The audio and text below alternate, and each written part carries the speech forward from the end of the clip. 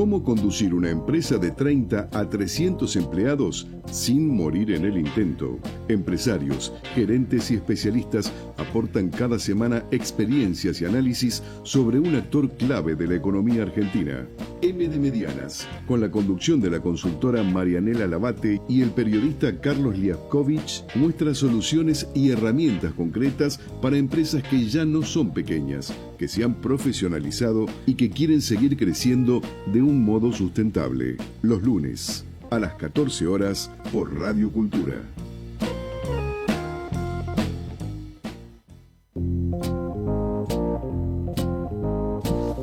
Buenas tardes, bienvenidos a M de Medianas. ¿Qué tal, Marianela Labate? ¿Qué día hoy? Para quienes nos escuchan de Capital, amanecimos con un día gris. Pero acá estamos, en M de Medianas, abriendo la ventana, mirando nuestro entorno muy lindo, en nuestro nuevo espacio desde Guido. Así es, desde la calle Guido. Y otra gente que estuvo en Cataratas el fin de semana sufrió un poco, según me dijeron. Sufrí el calor y las filas de gente a partir de los días feriados. Estuvo difícil, pero súper lindo, la verdad. Recomendadísimo. Yo llego tarde, diría, porque ya con 38 años estoy llegando tarde a Cataratas. Pero bueno, yo vengo de Bariloche. La verdad que tengo un paraíso donde ir de vacaciones. Claro, vengo muy mal acostumbrada. Bueno, y esto me da el pie, no sé qué pie, pero me da el pie para decir por qué nos llamamos M de Medianas. Bueno, nosotros decime, sí. Hemos empezado hace tiempo. Yo soy relativamente nueva en M de Medianas, pero Carlos ya viene hace más de casi 3 años, diría, o casi 3. Sí, por ahí anda. Y ha decidido, y yo me he acoplado, a poner en foco a las medianas, estas empresas que van desde unos 30, 50 empleados a unos 300, y que él ha descubierto, y me sumé a este interrogante que son las medianas, que tienen algo que las caracteriza, ¿no? Como un ADN propio.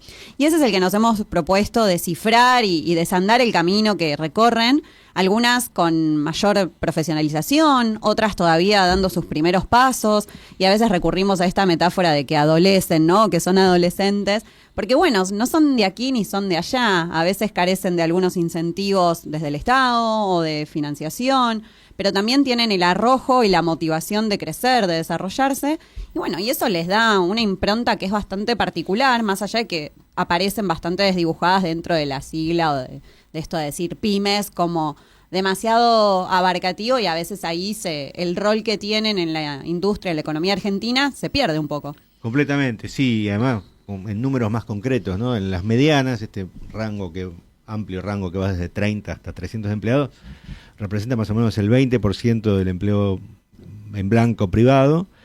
Es un gran incentivo a la innovación, porque justamente logran sus espacios en el mercado a través de muchas veces de diferenciaciones surgidas de la innovación. Son proveedoras de grandes empresas, exportan muchas medianas, y las que son familiares además tienen mejor manejado esta cuestión del vínculo empresa-familia, entre otras cosas porque ya muchas de ellas tienen varias décadas y tienen la convivencia de 2 o 3 o más generaciones adentro, y si no lo solucionan, que Dios lo salve, ¿no? Bueno, y en esto que decíamos de ser un semillero de innovación, es que tenemos a nuestro invitado de este día nublado en la ciudad de Buenos Aires. Así es. Bienvenido Adrián Levendiker a M de Medianas. Muchas gracias. Gracias a ustedes por la invitación. Bueno, antes de seguir, nos encuentran en @M de Medianas, en LinkedIn, también en Instagram. Si no, nos buscan a Carlos Bamí en nuestros perfiles. Y si no, también a través de las redes de Radio Cultura en Instagram y YouTube. Así es, gracias Marianela por salvar mi bache. Y el teléfono al que pueden comunicarse durante el programa es el de Radio Cultura, que es el 11 5577 1192. Por WhatsApp pueden enviar preguntas, acotaciones, etcétera. Así es. Bien, cuando uno dice Adrián Levendiker dice varias cosas, porque más de un porteño que esté vinculado al diseño, a las empresas, o que fue estudiante a fines del siglo XX y principios del XXI, se habrá sorprendido mucho cuando visitó o se enteró sobre el Centro Metropolitano de Diseño, el famoso CMD, en Barracas, que fue, la verdad, una institución pionera en muchas cuestiones de la innovación. Bueno, el señor Levendiker era Mr. CMD. Fuiste el gestor, el que propuso, el que desarrolló y el que lanzó el CMD, que fue es un hito en la historia del apoyo público al emprendimiento y a los innovadores, ¿no? Tal cual, si fue eso en el año 2000, imagínense, una situación durísima, parecida, digamos, en términos de caída del empleo y de la industria a la actual. El gobierno de la ciudad haciendo una apuesta a futuro, a la posibilidad de que las empresas pudieran diferenciarse, como bien ustedes decían recién, en este caso a través de herramientas y metodologías traídas desde el campo del diseño y cruzadas con otros campos también, porque el CMD fue un semillero de emprendimientos de empresas culturales, creativas, como se dice ahora también, y tecnológicas. Así que sí, fue una gran experiencia y fue en ese sentido bastante innovador como proyecto público en sí, al desarrollar incubadoras, cruzarlas con asistencia técnica, eventos, etcétera. Así que un gran laboratorio de políticas públicas de apoyo a emprendimientos y pymes. Bueno, Sí. doy fe, porque a mí me ha tocado dar alguna capacitación ahí, cursar mira. otras, sí, a través de lo que es Academia Buenos Aires Emprende o colegas que han trabajado para Incubate.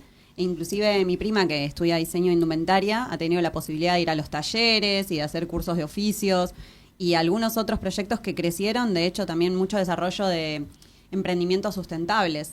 De trabajo con, no sé, material reciclado para hacer accesorios. Hay como muy buenas iniciativas. Además de que el lugar está espectacular. Sí, el lugar, además la elección geográfica del lugar fue todo un símbolo, porque era reactivar toda una zona que estaba Así es. muy lejos de eso y que era como el pasado industrial, digamos, de Buenos Aires, la Argentina, que revivía, ¿no?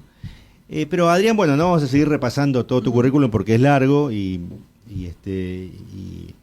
nos llevaría demasiado del programa para centrarnos en lo que estás haciendo ahora específicamente. Adrián, además, digamos que es un referente en lo que es la gestión del diseño en las empresas, digamos, es un gran consultor en lo que tiene que ver con transformaciones en las empresas, en sus condiciones de innovación y de diseño. Pero ahora estás al frente de la consultora Kenti. Te voy a dar el pie para que nos cuentes qué es Kenti, pero simplemente voy a anticipar palabras clave, que es innovación abierta, que es otra IA, Tal cual. no la que todos conocemos, la inteligencia artificial, pero que es súper interesante. Y por supuesto en Kenti también laburan con innovación, con inteligencia artificial, pero bueno, eso va a ser una segunda cuestión, ¿no? ¿Qué es Kenti? ¿Cómo la creaste? Digamos, ¿qué necesidad detectaron para esto? Mira, un puente entre lo que recién conversábamos, entre la experiencia del Centro Metropolitano de Diseño y Kenti y la innovación abierta, es que muchas de las cosas que en su momento hacíamos ahí, que empezamos a hacer, no le encontrábamos nombre. Nombre que tuviera alguna raíz o académica o alguna raíz en el mundo empresarial, no la encontrábamos. Ahí, algunos años después, esto se fundó en el 2000, pero más o menos en el 2004, un tipo publica un libro que se llama Innovación Abierta. No de acá, alguien de afuera. Sí, un investigador norteamericano que el tipo venía estudiando, sobre todo en las grandes corporaciones, modelos de innovación donde las fuentes de conocimiento eran solamente las internas. Bien. Eran las de adentro, ¿no? Es decir, había un área que era de innovación. Sí, exactamente, y más de, y se dedicaban a eso. Y él lo que vio con bastante inteligencia un espacio también de producción teórica, en la cual planteaba que las empresas que no abrieran sus fuentes de conocimiento en un momento donde se empezaba a distribuir el conocimiento de manera más acelerada, piensen que en ese momento el auge de la informatización ya aparece Internet, bueno, iban a quedar rezagadas. Claro, porque el modelo clásico era General Electric, Siemens o lo que fuera, Tenía tenían sus propios equipos. su área y además... Innovamos, patentamos y chau. Y además había una cuestión de confidencialidad, de que la competencia no lo supiera, y ahora es como que era otro paradigma. Tal ¿no? cual, él planteaba dos problemas que traía ese modelo. Uno, que se perdía la posibilidad de generar productos combinando el conocimiento interno con el que podía proveer de afuera. Y otro es que en cualquier proceso de innovación de producto, de servicio, hay muchas ideas que quedan en el camino.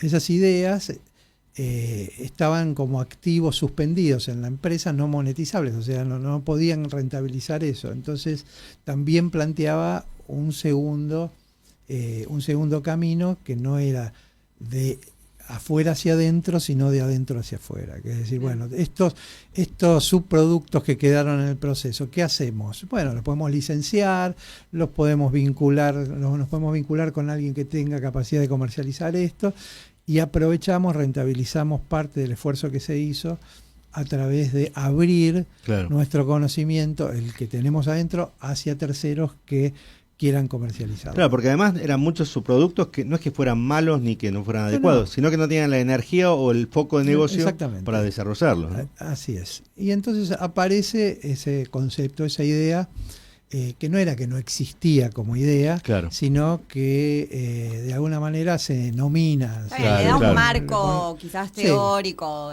o no sé, sienta las bases de ese cambio de paradigma que decíamos. Exactamente. Recién. Y eso empieza a calar. Y cuando nosotros empezamos a tomar contacto con esas ideas, bueno, descubrimos que mucho de lo que veníamos haciendo en ese momento tenía que ver con eso. Porque nosotros nos encontrábamos con emprendedores, que los vinculábamos a empresas grandes, y bueno, ¿y qué era eso? En ese momento lo llamábamos proyectos de diseño estratégico. O sea, como veníamos de esa raíz, de alguna manera lo teníamos que llamar, y poco a poco eso... como pasa en muchas corrientes, bueno, el nombre que gana empieza a absorber distintas prácticas que se vinculan con esa metodología, con esa propuesta. Así que llegado el momento, cuando ya había madurado esta idea y ya había, digamos, empresas, programas, organismos que entendían de qué les hablaba cuando hablaba de innovación abierta, nos pareció momento para también nosotros apropiarnos de una historia de prácticas y ponerle ese nombre. De ahí que pusimos innovación abierta, y gran parte de nuestra actividad tiene que ver con eso. Capacitamos, vinculamos emprendedores con otras empresas, lo hacemos desde la demanda de las empresas que quieren abrir sus fuentes de conocimiento o a startups o a centros de investigación o a universidades, y así de alguna manera nosotros les proveemos ese nexo, esa intermediación, y ayudamos en un proceso que requiere ecualizar culturas, ¿no? Que no es solamente te presento, porque la empresa que está funcionando, o una mediana que está funcionando, tiene su agenda, tiene sus problemas día a día. La startup es otra agenda que la que tiene, el investigador es otra agenda. Entonces, ecualizar esas agendas, esa forma de abordar los problemas es necesario, y nosotros cubrimos ese rol.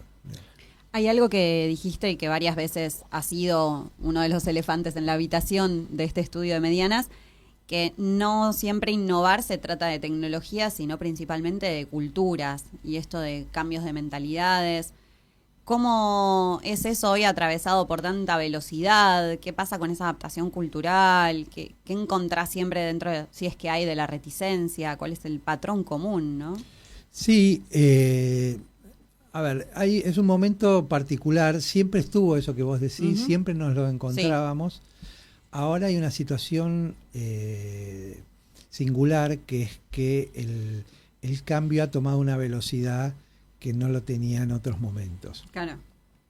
Y esa velocidad tiene distintos tipos de percepción y de impacto. En muchas empresas esa velocidad opera como un catalizador, de decir que antes era el consultor, o antes era la situación, digamos, de depresión del mercado, ahora opera como un catalizador ambiental, si querés. Claro, claro. Ya es innegable, es esta ola que decimos, muchachos, nos viene a buscar. Sí, si no nos subimos, Sí, perdemos. Vamos a surfear. ¿O? La IA, me parece, la inteligencia artificial en ese sentido ha amalgamado todas las otras tecnologías que de alguna manera hacen que la empresa perciba que efectivamente necesita subirse a algo que no sabe bien qué es.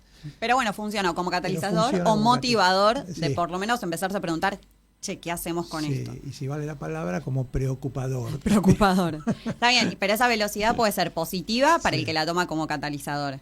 Sí. Pero también esa celeridad puede imprimir que, no sé, se trabaje hablando en criollo como a los ponchazos también esto de la innovación, ¿no? O sin un para qué o un por qué.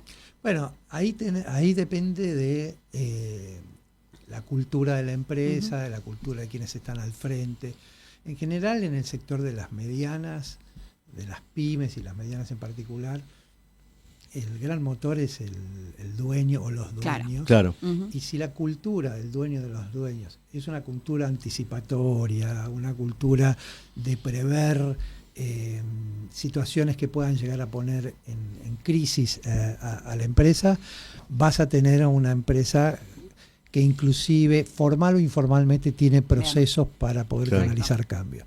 Si no es así, bueno, tenés una empresa con conflictos, tenés una empresa donde hay tironeos de todos lados, y por lo tanto los cambios se producen de manera más anárquica. Perfecto. El modelo de innovación abierta, digamos, es como si hubiera un modelo, ¿no? Pero lo que uno imagina, de acuerdo a lo que decís, y un poco lo que sale en algún lugar en los medios más especializados, es empresa grande, emprendedores chicos o startups que se integran, se vinculan por diferentes vías de contratación o de participación. Las medianas en esto, ¿de qué lado del mostrador juegan? Bueno, por supuesto hay medianas de 30 empleados y medianas de 300, medianas que con trabajos muy rutinarios y otras que tienen trabajo mucho más, digamos, innovación intensiva. Pero digamos, ¿qué papel juegan acá? ¿Da el modelo para incorporar una, digamos, como contratante una empresa mediana? Y al revés, ¿puede ser una empresa mediana la que se integre en una grande, en una gigante como el factor innovador? Mira, el año pasado nosotros hicimos un proyecto, trabajamos en un proyecto en la provincia de Misiones de innovación abierta, estaba financiado por el Consejo Federal de Inversiones y motorizado por el gobierno de la provincia. Y el proyecto focalizaba en 5 empresas, pymes, que tenían que jugar el rol de tractoras. Ahí va tu pregunta. O sea, las que traccionan. ¿Qué traccionan? Pymes, cuando decís pymes, porque acá siempre estamos en el combate contra la sigla, digamos, para diferenciar. Era variado. Era variado. Eran 5 empresas que ellos a propósito eligieron de distintos sectores y distinta escala. Bien. Entonces había empresas con 50 o más empleados, Ok, sí. y había empresas con menos. Más pequeñas, más digamos. pequeñas. Pero todas con algún gen, alguna chispa, digamos. Sí, absolutamente. Claro. Todas hacían cosas diferentes. ¿Y sectores? Podría ser tecnología, agro. Mira, manufactura. había una empresa que se dedicaba a recoger y a procesar aceite vegetal usado y Bien. convertirlo en biocombustible, Ujú. una empresa sustentable, o sea, el perfil. Había una empresa también de un perfil sustentable que convertía el acerrín. Claro, toda la industria maderera del Ujú. La claro. convertía en ladrillos a través de un proceso de mineralización del Perfecto. acerrín y vendía para la construcción. Había empresas de la industria alimenticia más tradicionales, pero que necesitaban reconvertirse, por ejemplo, al sector de ultracongelados. Así que eran bastante variados los sectores. Y ahí el desafío que se propuso, el que nos solicitaron, digamos, era el de que justamente fueran estas las empresas que a diferencia de lo que uno podría suponer, que son las convocadas por las grandes, fueran ellas las que convocaran startups. Claro. Entonces nosotros hicimos ese trabajo primero. Por supuesto también de la provincia las startups. Mira, ese fue un tema de debate porque... ¿Por qué? Porque ¿qué pones primero? ¿Pones primero resolver el problema de una empresa claro. o pones primero la metodología? Sí, no, en el mejor de los mundos debería ser también de la provincia. Lo escalamos nosotros. Claro. Le dijimos, bueno, vamos a poner primero el problema. Bien. Porque si no, va a ser es más parecido a un programa universitario. Claro. Vos decís, este es el modelo ideal. Claro. Pero no necesitas resolver el problema. Me entiendo. Acá hay que resolver un problema porque si no el programa no iba a cubrir su objetivo y se iba a generar un efecto de peor, digamos. Sí, claro. Entonces, bueno, teníamos que identificar un problema de las empresas y luego traccionar a startups. En primer lugar de la provincia, si no había de la provincia de la región, si no había de la región de cualquier lugar de la Argentina. Ese fue el objeto. Así que sí, y funcionó. Había una empresa de té también, de productora de té diferenciado, de té gourmet. Así que el programa fue inicialmente detectar procesos donde hubiera barreras, productos que ellos tenían por ahí en carpeta pero que no los estaban desarrollando por alguna traba, tecnologías que no sabían cómo incorporar. Se trabajó mucho tiempo en eso, se definieron cuáles eran los problemas y después fuimos en búsqueda de startups que además de poder estar alineadas con la problemática y que tuvieran una solución, también cuajaran, tuvieran una cultura que permitiera eso. El programa funcionó muy bien, la verdad que muy bien. Y los problemas a resolver y las soluciones que se plantearon fueron en muchos casos tecnológicas. Por ejemplo, en el caso de la empresa esta de aceite vegetal usado, tenían un tema de tecnología de gestión de la recolección, que es un proceso complejo para una provincia donde tenés que recorrer muchos kilómetros y eso conspira de alguna manera contra ser sustentable además. Claro, si tenés que hacer muchas emisiones, de huella de carbono, entonces mejor dejar el aceite en otro lado. Optimizar el sistema logístico y bueno, se lo vinculó con una empresa en ese caso de emisiones que desarrolló un sistema de gestión de logística para ello. Así que ese fue el... Y en relación a lo que vos manifestabas, había una empresa esta de los ladrillos de Acerrín que había participado en un programa de innovación abierta, una empresa mucho más grande, que era la que le proveía los insumos para mineralizar el acerrín, y a la vez ellos participaban en otro rol, que eran como tractoras en este programa, adoptando una tecnología de inteligencia artificial para poder tomar clientes en otros canales que no eran los tradicionales que ellos tenían. Entonces, sí, funciona. La verdad que en este caso funcionó muy bien y además de resolver el problema, lo que vos podés lograr en este tipo de proyectos es transferir metodologías que le queden a la empresa. Claro. O sea, ellos de pronto descubrieron que había startups en la provincia que no las tenían ni en el radar, lo mismo le pasaba a las startups, y descubrieron que podía ser un camino para solucionar algunas de las barreras que tenían, iniciar este tipo de búsquedas, acudir a organismos o a consultores que le pudieran satisfacer esa demanda. Claro. Los beneficios están claros, porque vos hablas de darse a conocer, ser parte de un ecosistema.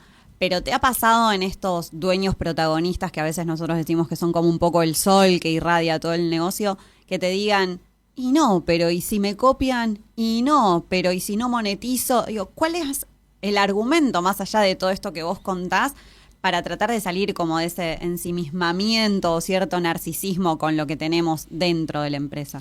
Mira, en los proyectos de innovación abierta tiene que haber una cultura abierta por el tipo que está al frente, digamos. Y eso nosotros lo hablamos mucho con quien quiere sumarse a un proyecto de estas características. Hay varias barreras que pueden llevar al fracaso un proyecto de estas características. Directamente. Algunas son las que vos manifestás, que de pronto se ven reticentes.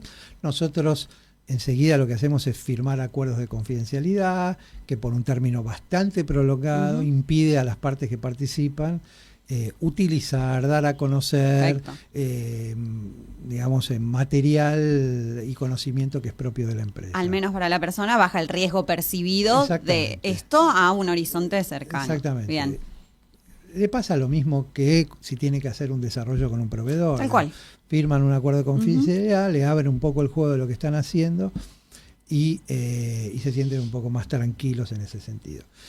Después hay otras barreras. No es lo mismo gestionar equipos internos que gestionar equipos externos. Claro. La gestión con el equipo interno es más vertical. Tal cual. Los conoces, el otro también te conoce. O sos familia. Con un equipo externo se tienen que conocer, hay un proceso para eso, hay muchos momentos donde eso puede irse al diablo. Entonces, tiene que ser gente capaz de poder, no solamente en la teoría aceptar eso, sino asumir que hay un costo el esfuerzo que significa dedicarle tiempo a trabajar con un externo. Ese es un costo adicional que a veces queda como de lado, pero no. En otros casos, hay un ejemplo, por ejemplo, la compañía, la Segunda Seguros, bueno, tiene un gerente de innovación abierta que se dedica a no solamente entrevistar startups, sino que se dedica a hacer del guía adentro de la empresa, que hace que adentro no lo piquen al startup en nombre de miles de excusas. Claro. Como un facilitador. Entonces, tiene que haber un facilitador, un tipo que aparte decodifique si internamente están boicoteando o efectivamente hay un problema, porque puede ser que haya un boicot interno. Bueno, aparecen esos problemas. Aparecen también los problemas de cómo se coparticipan los resultados. Qué parte me toca a mí, qué parte te toca a vos, soy el dueño de cuánto. Entonces, todo eso es necesario que se negocie previamente. Perfecto. Entonces, no es un páramo, no es una solución mágica. Finalmente, lo que estás evaluando es el aporte que te provoca acortar los tiempos de un desarrollo que otro ya inició versus el esfuerzo que te significa atender, ecualizar, ponerte de acuerdo con el otro, y esa es la ecuación que finalmente el dueño tiene que contar, digamos. Estuvimos poniendo el foco hasta ahora en el contratante, digamos, ya sea el grande que contrata a una mediana o la mediana que contrata a una startup, pero me gustaría profundizar el contratado y básicamente el concepto de startup, porque uno dice startup, imagina una empresa una especie de Google pequeñito que... en el garage. Pero la mayoría son gente del ambiente científico, del ambiente tecnológico, que no tienen mucha idea de la lógica de las empresas. A veces sí está más desarrollado, pero a veces son investigadores de algún laboratorio, de algún área, de alguna universidad, y que, bueno, medio un poco llevados por la corriente, por la tendencia, porque obviamente desde el Estado Nacional han cortado muchos fondos, no tienen suficientes recursos, entonces empiezan a buscar planes B. ¿Cómo se integra esa cultura que es más endogámica, más del paper, con esta interacción con una empresa que busca ganancia, que busca metas, plazos mucho más concretos, digamos? Bueno, eso ha ido cambiando, digamos, ha evolucionado por distintos motivos. Hace, 20 años, 25 años, cuando yo empecé con esto... era mala palabra, digamos. Sí, en el ámbito académico era boicoteado. Inclusive, te digo, ni siquiera en la parte científica, cuando nosotros armamos el CMD, era mala palabra en la Facultad de Diseño. Directamente. Claro, no, nosotros somos diseñadores, proveemos a otra empresa, pero armar un emprendimiento de producto no tenía mucho sentido. Y en el ámbito científico mucho más eso. Si bien a los pocos años hubo iniciativas de incubadoras, en la Facultad de Ciencias Exactas y en otras empresas, en otras facultades, se fue de a poquito decantando. Hoy día yo diría que, inclusive por la presión económica que significa el corte de becas, el corte de carreras enteras, hay muchos científicos que observan la posibilidad de armar un emprendimiento como una salida laboral, claro, y de continuidad de su propio trabajo, digamos. Y también han surgido aceleradoras, incubadoras especializadas en el campo científico. Antes eran muy generalistas las incubadoras. El mundo de los científicos es un mundo particular, porque a diferencia de otros proyectos, el tiempo de salida al mercado es mucho más largo. Claro. O sea, y el financiamiento, entonces, que vos necesitás para que alguien que está en una etapa de investigación de laboratorio convierta eso en un producto comercial, puede ser larguísimo. En el medio de todo eso, otros pueden salir, claro, con mejores tecnologías y tenés un capital hundido ahí. Entonces, han aparecido aceleradoras científicas especializadas. GridX es un caso. La Universidad del Litoral tiene una aceleradora también. SF500, que es de la provincia de Santa Fe. Son aceleradoras especializadas en el campo científico que saben cómo manejar. Sancor Seguros también tiene la propia. Saben cómo manejar el modelo de negocios de conversión de un científico. En general,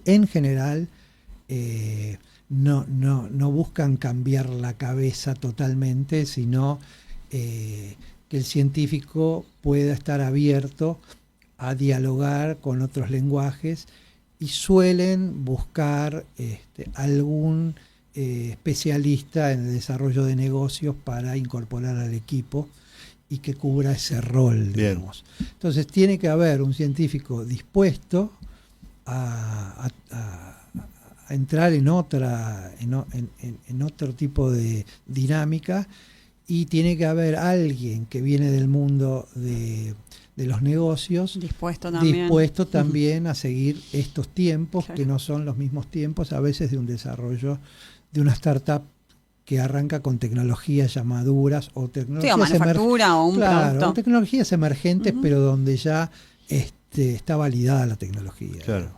Entonces, eso ha cambiado, ha madurado, ha crecido.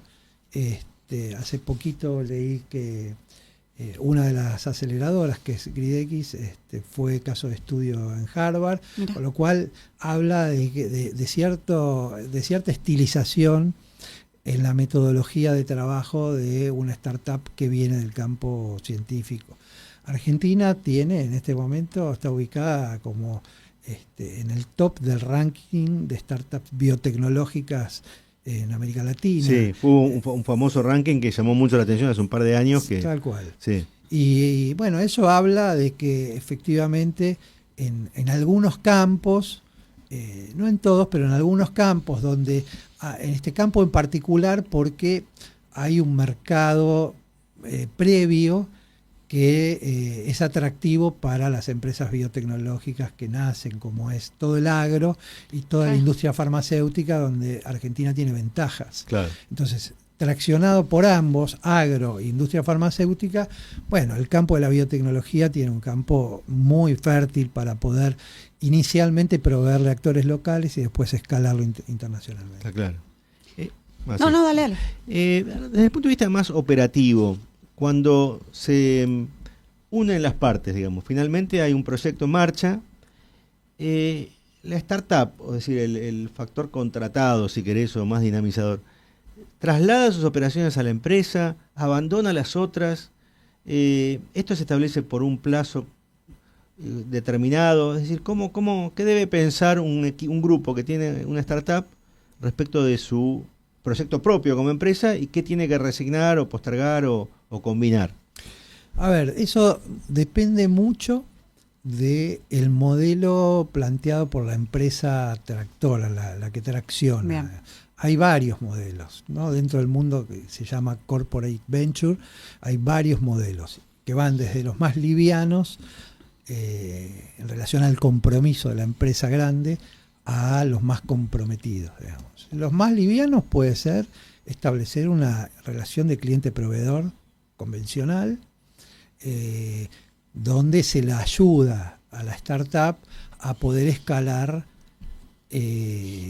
rápidamente para poder proveer a la altura de la demanda que tiene. Entonces la ayuda es una ayuda que combina compromisos de compra de mediano y largo plazo con ayudas que pueden venir del lado de los ejecutivos más experimentados de la empresa grande para que puedan escalar la producción y ofrecer la demanda que está necesitando la empresa grande. Ese es un compromiso, un tipo de compromiso más convencional, más liviano, que tiene en la empresa grande también un involucramiento de áreas que no son solo la de compras, digamos. Claro.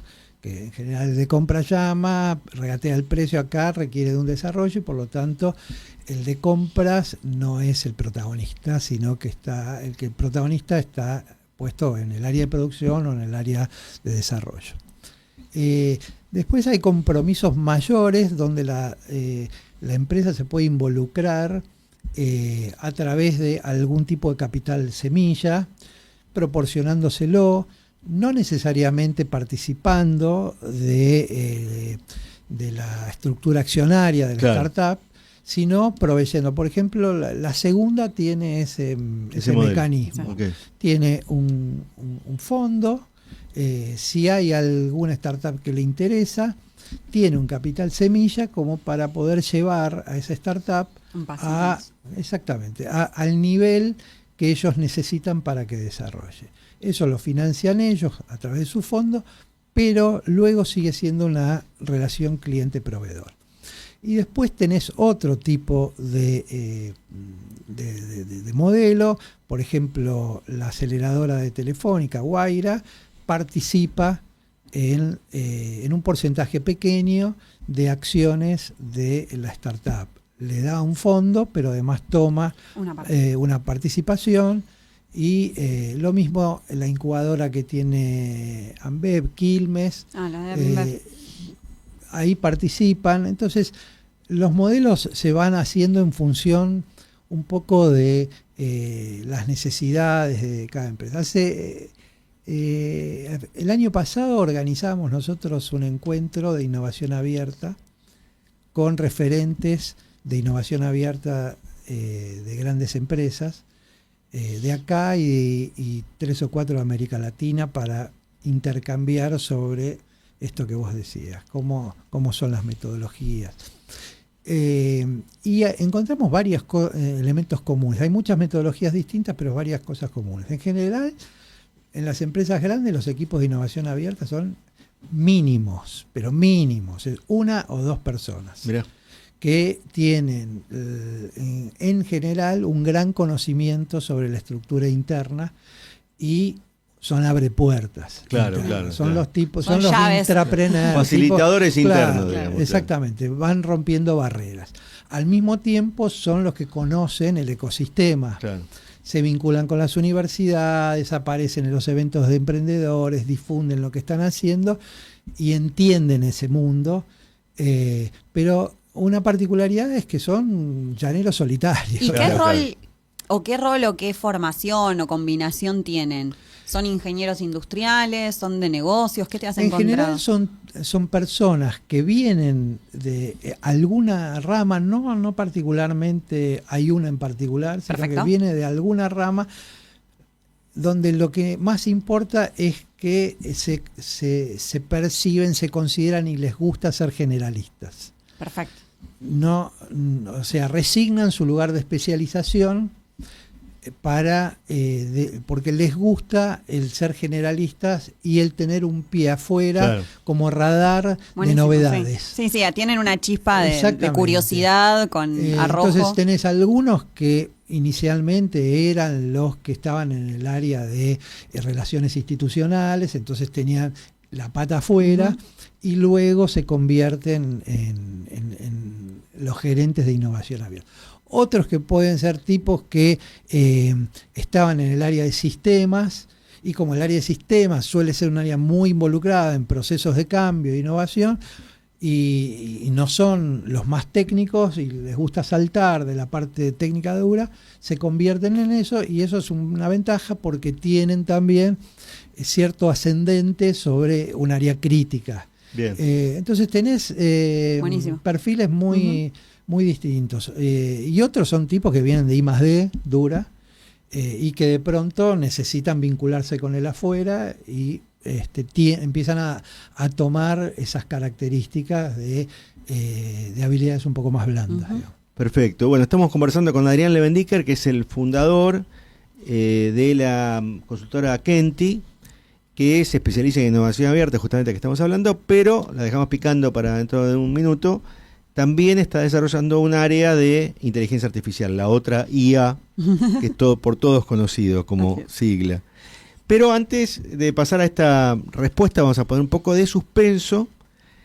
Vamos a decir que nuestros oyentes, pueden potenciar sus equipos junto al CUBI, una institución de alto impacto académico, que el CUBI da cursos grupales, in-company, workshops y traducciones, y tiene programas para empresas a medida, para que los colaboradores de estas empresas puedan comunicarse en entornos multiculturales. Así es, pueden obtener más información en cuicorporate.com, que es el área de servicios corporativos del Centro Universitario de Idiomas. Lo importante, o que nos gusta destacar, sobre todo a quienes venimos de la academia, es que pueden acceder a certificados y diplomas avalados por la UBA. Así es gente que tiene un gran desarrollo en la capacitación en idiomas en el mundo empresarial. Y además de entrar a la web, pueden entrar también a sus redes sociales. Por ejemplo, tienen perfil en LinkedIn y también en Instagram. Así es. Bien, Adrián Levendicker, ¿cómo entra la IA famosa en Kenti? Porque vos contabas, fuera del aire y preparando la charla, que tienen de alguna manera dos momentos, de agentes y de capacitaciones específicas. ¿Cómo es esta integración? Mira, lo del proceso de abrir como una unidad de negocios propia de la consultora, que además de consultoría suma implementación técnica, en inteligencia artificial, fue también un proceso bastante natural y impulsado por diversas demandas laborales. Por un lado, a mí me habían convocado de la Cámara Argentina de Comercio. La Cámara Argentina de Comercio tiene un área que se llama Usina de Emprendedores, que trabaja con emprendedores, donde está Javier González Pedraza al frente hace muchos años, y también tiene una universidad que es la KS, que fue la primera universidad que dio carreras de sistemas en la Argentina. Sí. La sigla KS incluso quiere decir ciencias exactas. Ciencias exactas. Ahí estudié yo. Sí. Claro, y entonces ahí en la KS hay una licenciatura en datos. Bueno, cuando me llaman desde la Usina de Emprendedores de la CAC, a partir de la experiencia que teníamos nosotros de atar cabos, la demanda fue, ¿por qué no nos ayudás a organizar algún programa que acelere los procesos de adopción de inteligencia artificial en las empresas, en principio vinculadas a la CAC, que es la segunda cámara más importante, la primera más antigua, creo, y la más importante que hay acá. Entonces yo le dije, antes que meternos y tirarnos a la pileta, me gustaría poder ver qué interés puede llegar a haber en esto. Entonces armamos un primer webinario que el objeto era adopción de soluciones de inteligencia artificial en empresas, y ahí yo convoqué a 9 empresas de distintas escalas que ofrecían soluciones de IA, no tanto a este perfil de empresas en ese momento, pero que se dedicaban a eso. De empresas como IBM o Microsoft a empresas más chicas que tenían cada una su especialización en distintas tecnologías de inteligencia artificial. Algunas trabajaban con Machine Learning, otras trabajaban con visión por computadora, distintas. Entonces hicimos ese webinario, se anotaron 1.300 empresas, ya explotó. No, el Zoom no nos daba abasto. Había una necesidad ahí. Una necesidad. Claro. Y también lo que ocurrió, cuando nosotros abrimos un poquito el micrófono de consultas, era una combinación de mucha avidez y enorme ignorancia. ¿Cómo enchufo el ChatGPT a mi línea de producción? Bueno, una cosa medio mágica. Entonces ahí, como segundo paso, yo les propuse desarrollar una metodología que le permitiera a las empresas interesadas orientarse, bajar a tierra un poco y no tirar tiros al aire. Y esa metodología básicamente es una metodología de indagación de problemas, indagación de procesos, encontrar barreras, poder definir cuáles son las barreras que efectivamente la inteligencia artificial puede llegar a resolver y cuáles no, y después hacer un análisis más duro, más tecnológico acerca de cómo tienen los sistemas, los datos, la infraestructura y la cultura preparada para adoptar eso. Y desarrollamos esa metodología y la propusimos. Cuando empezamos a llevarla adelante, vimos que una gran parte de la demanda tenía que ver con procesos de automatización y optimización, tanto internos como de cara al usuario, a los clientes. Y yo estaba trabajando, yo daba una clase en la KS en el último año de la licenciatura en Ciencia de Datos, que era desarrollo emprendedor para científicos de datos.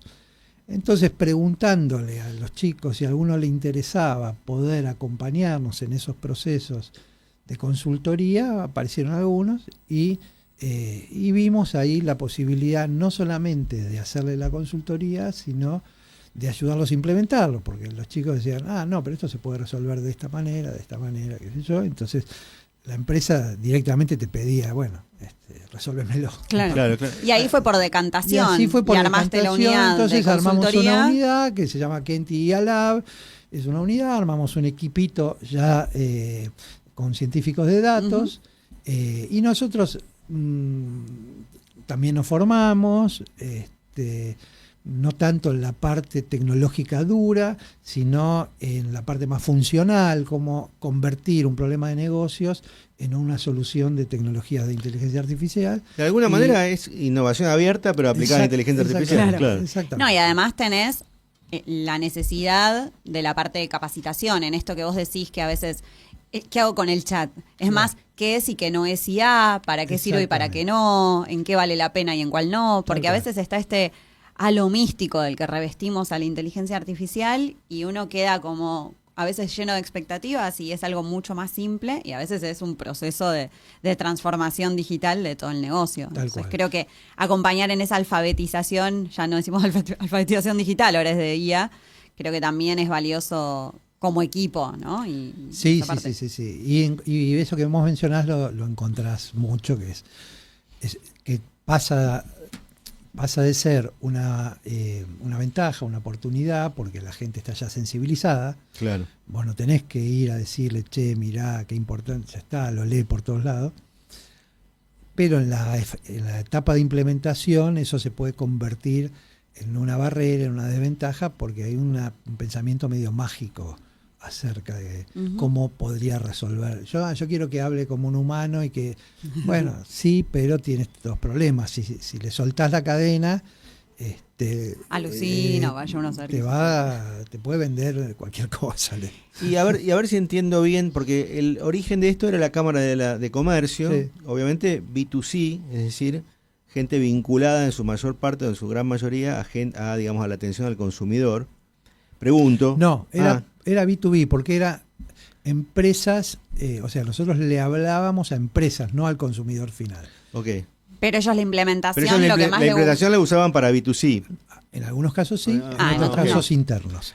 Hay algunos casos que sí, por ejemplo, hay una empresa con la que nosotros trabajamos que tiene un agente B2C para consultas Sí.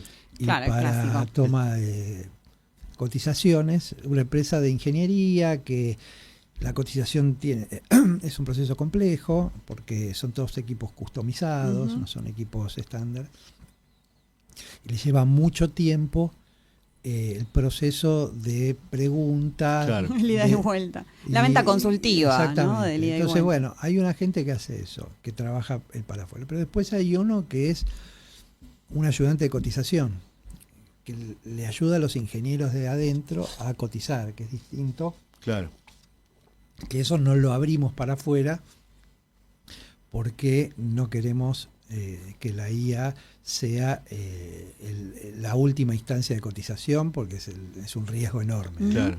Bueno, y también hay cuestiones de datos sensibles, Exactamente. ¿no? En esto de pensar, hay empresas que fueron desarrollando las propias porque no pueden estar subiendo información a ChatGPT, Copilot o cualquiera de ellas. Entonces, Esa es una pregunta que te hacen en muchos casos, ¿no? Ujú. Y aparte te encontrás empresas, por ejemplo, un trabajo de consultoría que nosotros hicimos para una empresa, una mediana típica, digamos, empresa de 250 empleados, sector metalúrgico, tienen todos los sistemas en servidores locales y mucha desconfianza Ujú. a la nube, ¿Mm? ¿no? Una desconfianza que digamos tiene fundamentos y tiene también contraindicaciones. Ya a esta Claro. altura es medio antiguo eso, ¿no? Y porque Yo me hace nos 15 decían- años, 10 años sí era más sí, común. porque Pero... nos decían, bueno, no sé, nosotros tenemos todo acá, entonces si se cae el servidor de Amazon de allá, nosotros podemos seguir trabajando. Y yo decía, sí y no, porque si se cae el servidor, vos vas a trabajar, pero no vas a poder facturar porque se va a caer el de Arca, el servidor. Hay un nivel de entrelazamiento Claro. tan alto que el concepto de trabajar es relativo, digamos. Entonces, pero bueno, hay empresas que tienen todavía esa cultura. Efectivamente, los procesos de adopción en esos ámbitos son más lentos o más complejos de poder llevar adelante. No son imposibles, pero son más complejos. Claro. Sobre todo porque estás en una escala donde, a diferencia de un banco, por ejemplo, tampoco hay espaldas para Ujú. poder bancar modelos que se alojen en servidores propios y que tengas tu propio modelo. Ahí no siempre una pyme tiene plata para eso. Tal cual, para hacer todo ese back Un office, gobierno digamos. sí, lo podría Ujú. hacer, un banco también, lo podría una empresa grande también, pero en el caso de las medianas inclusive es todavía muy, muy caro en relación al abono que tiene Ujú. para bajarse una API. Claro. Perfecto.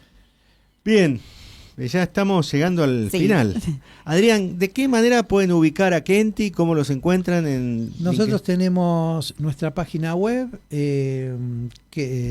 kentilatam.com o kentilab.com.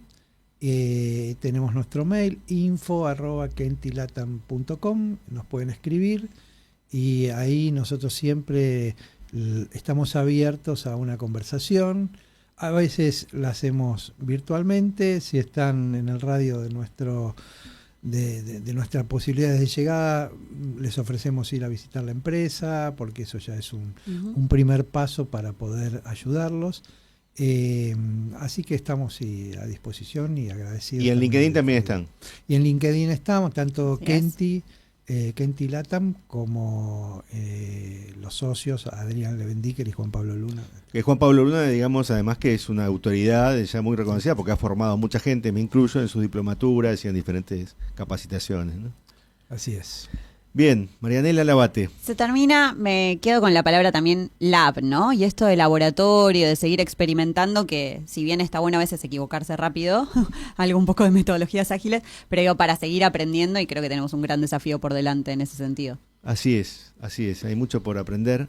Sí. Y bueno, esperemos, Adrián, que en el futuro vuelvas aquí a M Medianas a seguir contándonos lo que están haciendo los nuevos avances que tienen tanto en innovación abierta como en inteligencia artificial aplicada. Bárbaro, muchas gracias. Muchas a usted gracias. por la invitación. Gracias, Leonardo Justi, por la operación técnica de hoy. Y el próximo lunes a las 14. Como siempre, M Medianas por Radio Cultura. Gracias.